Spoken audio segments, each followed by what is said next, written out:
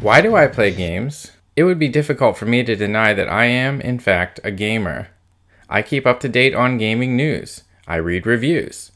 I watch videos comparing games, analyzing games, or discussing their development. I've absorbed tons of trivia about games and their history.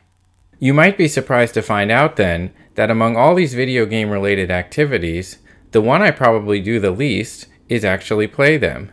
Now, I've never measured all the time I spend on gaming related activities, and I certainly spend more time playing video games than the average person, but what I really like to do, probably even more than playing video games, is talking about them. I love to talk about what goes into making video games, and all the intricacies and details that add up to a distinctive and memorable experience. My favorite games are the kinds with worlds I can lose myself in for hours or even days at a time, and once I come out on the other side, the first thing I want to do is find a way to share that experience with others. I think videos are a great way to do that. And with that in mind, I've created a simple list of some memorable games that I've played. These games will be listed in no particular order. It's impossible for me to decide which ones I think are the best, and honestly, that's not really the point of this video. Rather, this is supposed to be a list of games that I think had something unique about them, something that made them stand out in my mind. With that in mind, let's get going with our list.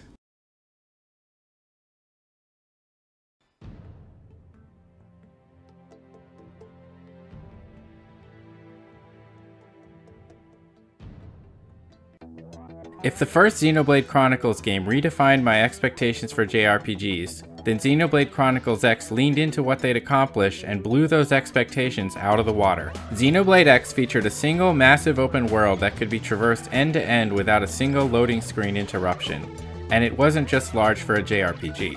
Xenoblade Chronicles X still remains one of the largest non-procedurally generated game worlds ever made. X also doubles down on its exploration-friendly approach to game design, giving the player increased movement speed and jump height and removing fall damage entirely. In true open-world fashion, almost the entire map is open to you from the very beginning of the game. The only real limitations are your combat abilities and your curiosity. I spent hours trying to climb different rock formations and then jumping off, and I'm sure I'm not the only one. I loved the way Xenoblade X approached its story content. Xenoblade X has a strong emphasis on world building with a multitude of entertaining and well-written side quests. As the player, you are a member of the elite force known as Blade. You are tasked with exploring a new planet and protecting the inhabitants of your ship, likely the only remaining humans in the galaxy. X did an amazing job making me feel like going through side quests and wandering the landscape wasn't just a fun diversion, but also my job as a Blade. When so many games seem to actively attempt to guilt the player back onto the main storyline when playing side content to the point where it's become a meme, Xenoblade X's approach felt like a breath of fresh air.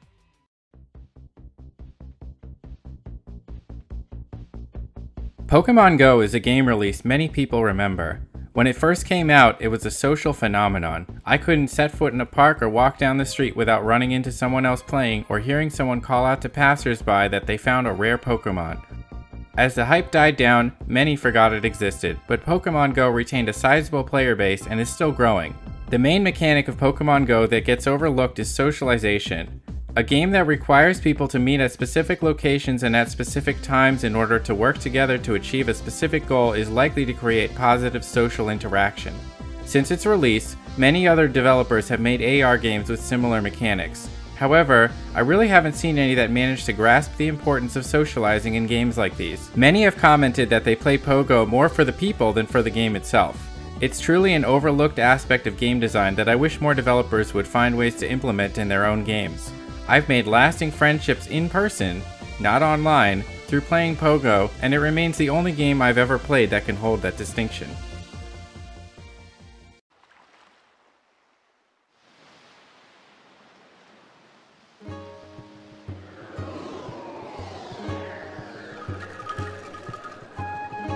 There's a lot to like about Zelda: The Wind Waker. The exploration, combat, and mechanics all extended and refined what was revolutionary about this game's Nintendo 64 predecessors. However, that's not why this game is on the list. The reason the game is on the list would be the sailing.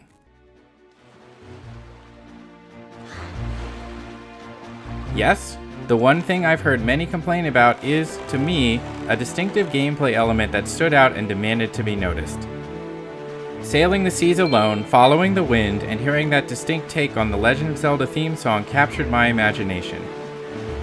Taking to the ocean in a small boat is an experience both grand and also oddly lonely. It's a distinct experience, and one I recommend to anyone who hasn't tried it already.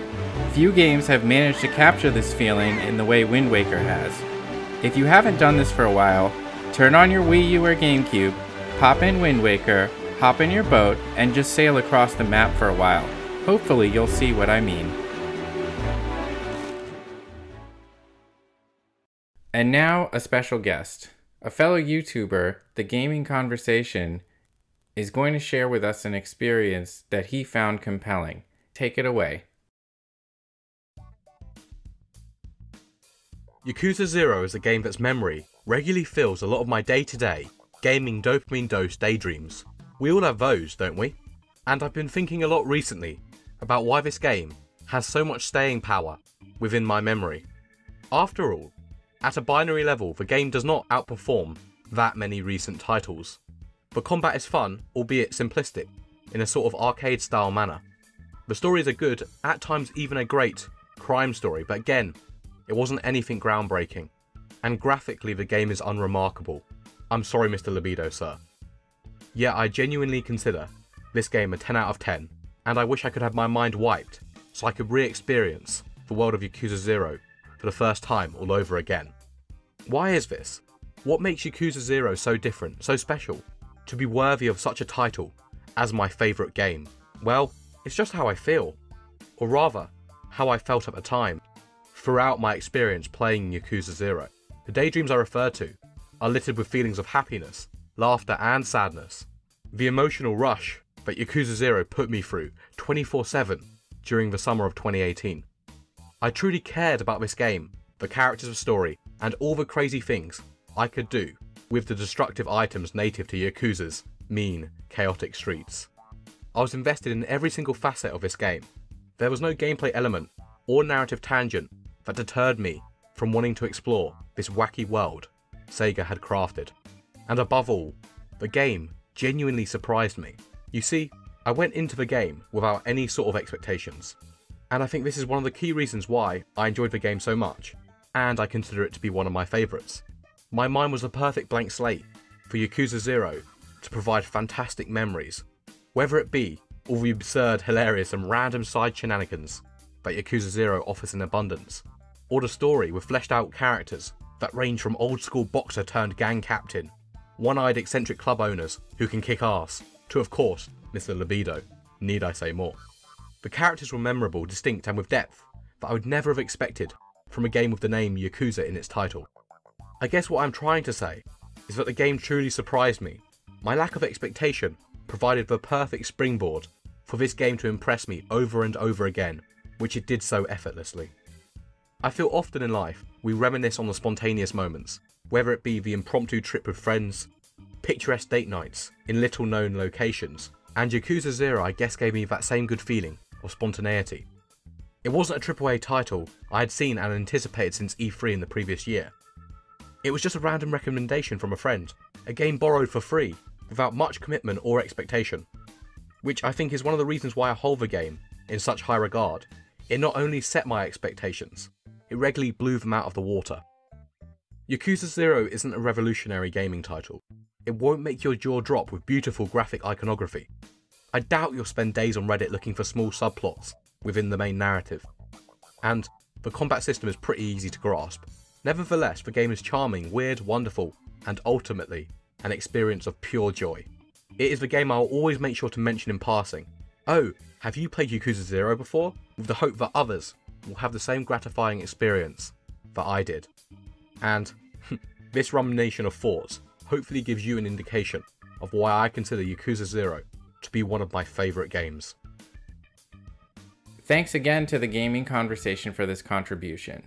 The Gaming Conversation is a channel dedicated to discussing and analyzing what makes games interesting. I highly recommend his work. If you're interested in seeing more, I'm including a link in the description.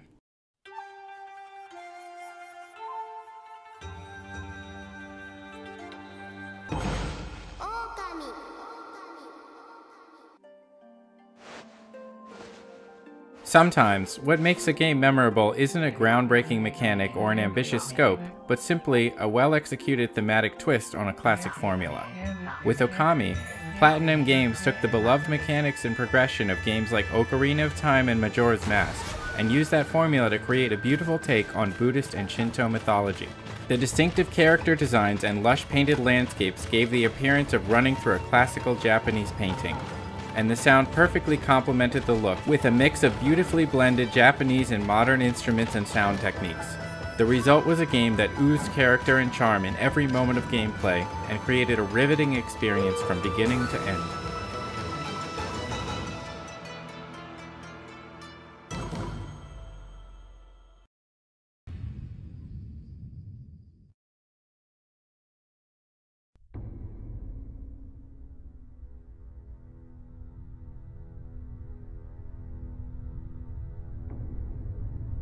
Xenogears is, in many ways, a textbook representation of PS1 RPGs, with emphasis on cinematic sequences, slow-paced random encounters, and graphics that, while great for their time, haven't necessarily aged well.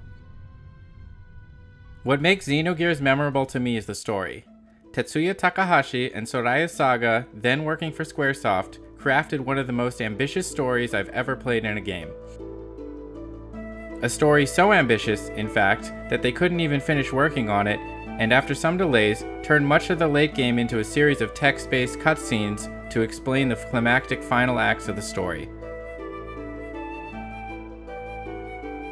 Xenogears crafted a mesmerizing story that felt equal parts epic and human, and packed so many different themes, references, and analogies into it that fans still argue and discuss them to this day, myself included. As it stands, Square Enix has been completely uninterested in remaking this game or publishing a sequel. So, imperfect as this game may be, I strongly encourage anyone who considers themselves a fan of science fiction to play Xenogears at least once.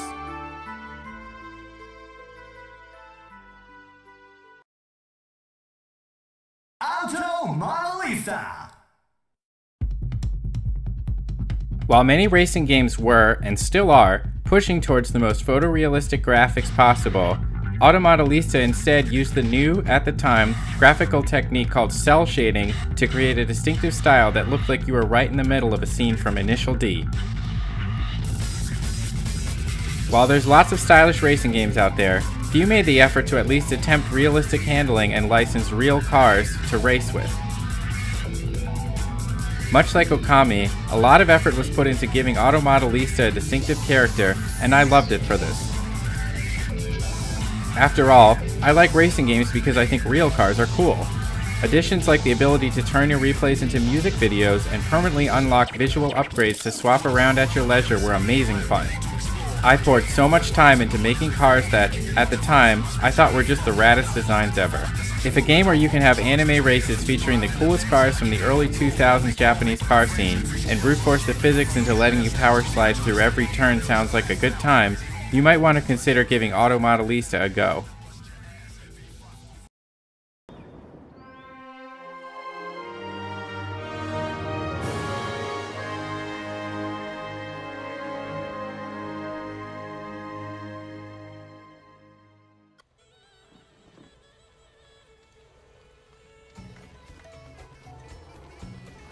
Monster Hunter is a unique video game franchise.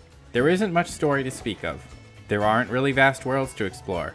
Combat feels slow and punishing. Collecting items and powering up is slow and grindy. Yet somehow, the experience rose to something magical the more I played. As I progressed, I became a hunter, living in a strange and wild world. What were once missions placed simply as obstacles to my progression became expeditions, which required preparation and planning. Gathering supplies and cooking food in the field weren't just survival mechanics. They were a natural and logical aspect of living life as a hunter. The combat, which felt slow and sluggish at first, became an intuitive dance of timing and momentum as I came to grasp the weight of my weapons as an important factor in their use. Monster Hunter is the rare game that brings all their unique systems together to create a truly immersive experience. I chose Monster Hunter 3 Ultimate as the game to feature for this video, as it's the first Monster Hunter game I played, and aspects like the carefree life of Moga Village and the unique aspects of underwater combat are particularly memorable to me. But, I'd recommend any of these games as a wonderful and unique experience. Well, that's it for this list. Hopefully I've managed to pique your interest in a few of these games, or perhaps I've managed to capture what you already felt about some of them. I'd really like to know what games were memorable for you in the comments. Maybe I'll find a new game to try. Thanks again for watching this video, and I'll see you next time. I'd like to thank Mugshotter, Ed Freeze, and WorldofLongplays for providing me with gameplay footage for this video. Collecting gameplay footage for a video like this is an incredibly long task. It can take hours just to get to the specific part that you want to collect footage for. I could not have done the video without the support of these channels. Links to the channels will be in the description. Thanks again, guys.